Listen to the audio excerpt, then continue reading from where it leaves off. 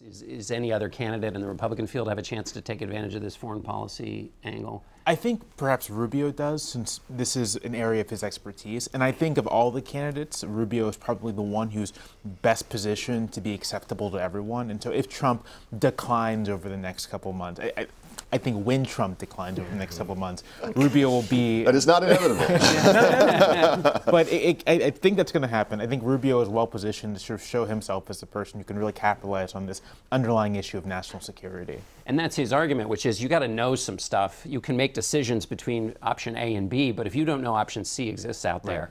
Nancy, Hillary Clinton, who you spend some time thinking about, how do they see Donald Trump? I heard about a group of Clinton fundraisers together at a party, and all they apparently were talking about was Donald Trump. Well, I think her concern and the campaign's concern when it comes to Donald Trump is that he makes everyone else in the field look mainstream, and they are trying to get the message out there that when it comes to issues like Planned Parenthood, immigration, that a lot of the Republican field is right there with Donald Trump when it comes to policy.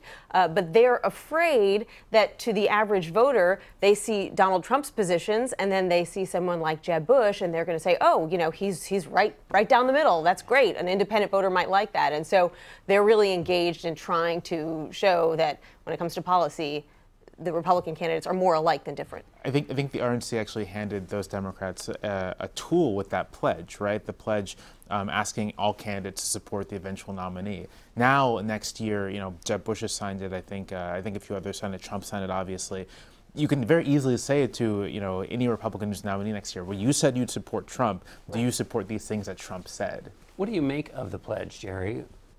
Look, I think Reince Priebus had a really good week, the Republican National Committee chairman. I mean, first of all, he works behind the scenes to get Carly Fiorina, your previous guest, in the second debate, which was a big deal. I think having her on the outside would have looked bad.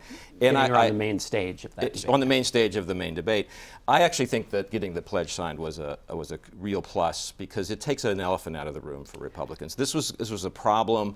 It created a lot of uncertainty. Donors were saying to the Republican National Committee, well, I'm not going to give you a bunch of money if somebody from within the party is going to blow it up after I do that. Blow it up by running as an independent. By running as an independent, and this creates a little bit more calm for the time being until the next phase. But for now, I think that was a big deal. Although there's nothing binding about it. And Donald Trump can certainly, a couple months from now, say, well, they didn't live up to their end of the bargain, or I don't think that the person who's the nominee is going to go the distance, so I've got no choice but to become an independent. A good negotiator would never be so bound. Ben, you wrote about the threat that Trump poses to the Republican Party. What did you mean? Well, I think that there is a real threat that Trump poses, and that is namely that he has tapped into a group of Americans who feel that the large elites of both parties have ignored their priorities, that they are out of step with them, not just on immigration, but on trade, and certainly on the priorities that they have when it comes to politics. This is a disaffected group of people, and what you see typically when you look at these polls is that Trump performs the best among people who have not typically voted in primaries before. That to me is dangerous for a number of reasons, but particularly because we've seen the path in Europe that happens when parties turn towards populism, nativism, nationalism, xenophobia, things of that nature.